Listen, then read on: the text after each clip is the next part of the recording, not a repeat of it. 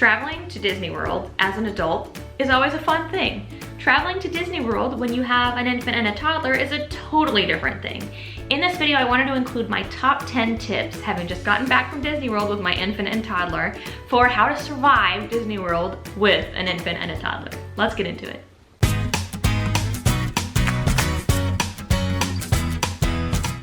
If you're new here, hello and welcome. My name is Jenny. I am a certified teacher, doctoral student, and also a mom of two lovely girls, Alice, who is 18 months old, and Nina, who is 2 months old. And we just got back from an 8-day trip at Walt Disney World, and I wanted to include my top 10 tips that I kind of wish that I knew before I went. These tips are my personal opinion. You may find that they don't work for you, but for me, I wish I had known and done these things in advance so that I had an easier trip when I was there. All right, tip number 1, and perhaps the most important one. If there is something you feel like you absolutely must do, make a priority list and start from the top. For example, for us, we really wanted to get a good picture in front of Cinderella's castle, and that was our main thing that we wanted to do. However, when we first went in, said, oh, we'll come back and do it later. And by the time we were leaving to come back to do it later, both girls were melting down. So it is really important to set that priority list if you're traveling with an infant and a toddler at Disney World, because their schedule might not be the same as your schedule. So make sure if something is really important to you, you do it first. Tip number 2, factor in extra travel time. What I mean by that is, if your child eats, if you're traveling with an infant like I was, if your child eats every 2 hours, for example, you need to factor in the time from the moment you walk out the door at your resort to the moment you walk into the park, because waiting for buses, going to different stops, drive time to the park, getting into the park, that all eats time. So you might have just left your resort, and by the time you arrive at the park, you actually have to feed your child again. And they're mad, and it's better to be prepared if you know that you're gonna have to factor in extra travel time. And I would also say too, as an added benefit to that, if you can, stay near the park you want to go to. So if you want to go to Animal Kingdom, try to stay near Animal Kingdom, because it'll cut down on that travel time a little bit. Something else that I didn't know that I wanted to mention along with this travel time piece is you have to break down your stroller, no matter what, every time you board and unboard the bus. That can be a huge pain in the butt if you don't know that, and the bus rolls up and now you're taking an extra 15 minutes to break it down and take all the stuff out because you didn't realize that you have to do it. So make sure you factor that into whatever it is you're bringing.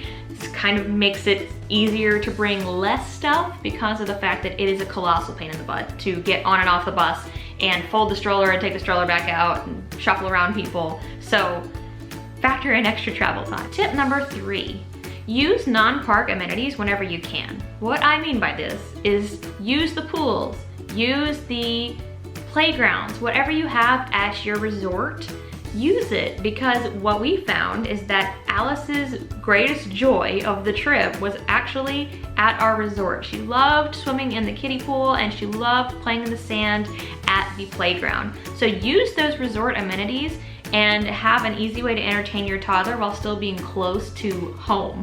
Tip number 4, use those baby care centers.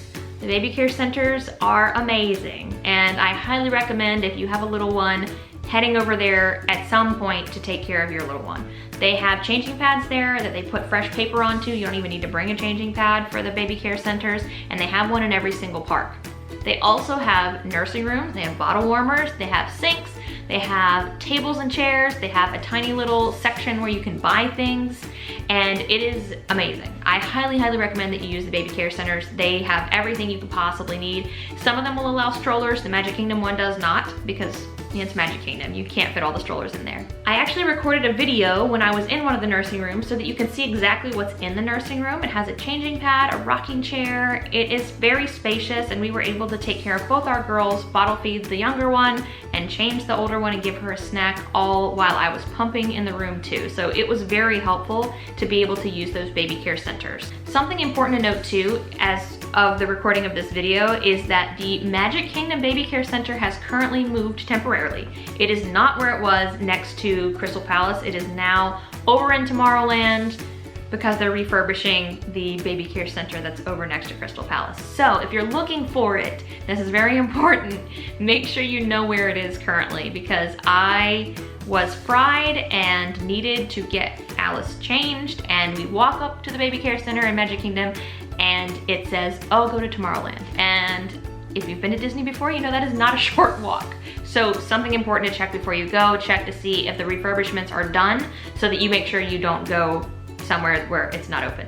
Tip number 5, if you have an infant, especially, this tip is very important. If you have an infant, consider bringing a baby carrier. My 2-month-old, she likes to be all up on you. So sitting in a stroller for 4 hours is not gonna fly with her. Now granted, of course, it is hotter to do that, but she would actually sleep in the carrier and tolerate Disney way, way more when I had her on me in a baby carrier. I actually was able to go to Disney Springs and do some shopping because she was asleep in the carrier. So it's definitely something I would consider, is bringing a carrier. I used the Happy Baby carrier and it is very lightweight, but I actually have a full review of lots of different baby carriers. I will link it up above if you are interested in purchasing a baby carrier. But for me personally, I brought the Happy Baby carrier with me to Florida and I was very happy that I did. My next tip is to bring multiple outfits for each day. So you want to bring at least 2 outfits with you to the park in case somebody leaks or blows out. But the main thing is by the time you get back to the room, depending on what time of year you're traveling, your little one is gonna be just soaked and will need a new set of clothes because it's just so hot in Florida. So if you're traveling pretty much anytime between March and November, you will need to bring a change of clothes for your little one so they don't get overheated or just are sweaty. I was very glad that I had those changes of clothes in my diaper bag at the park because of the fact that when you factor in that bus travel time and all sorts of other stuff, keeping them hydrated with water, if they leak, you want to have that backup outfit. That kind of connects with my next tip as well, which is keep your little ones cool, and I highly recommend bringing stroller fans for that. So you can put them on the stroller, but you can also just hand them to your little one.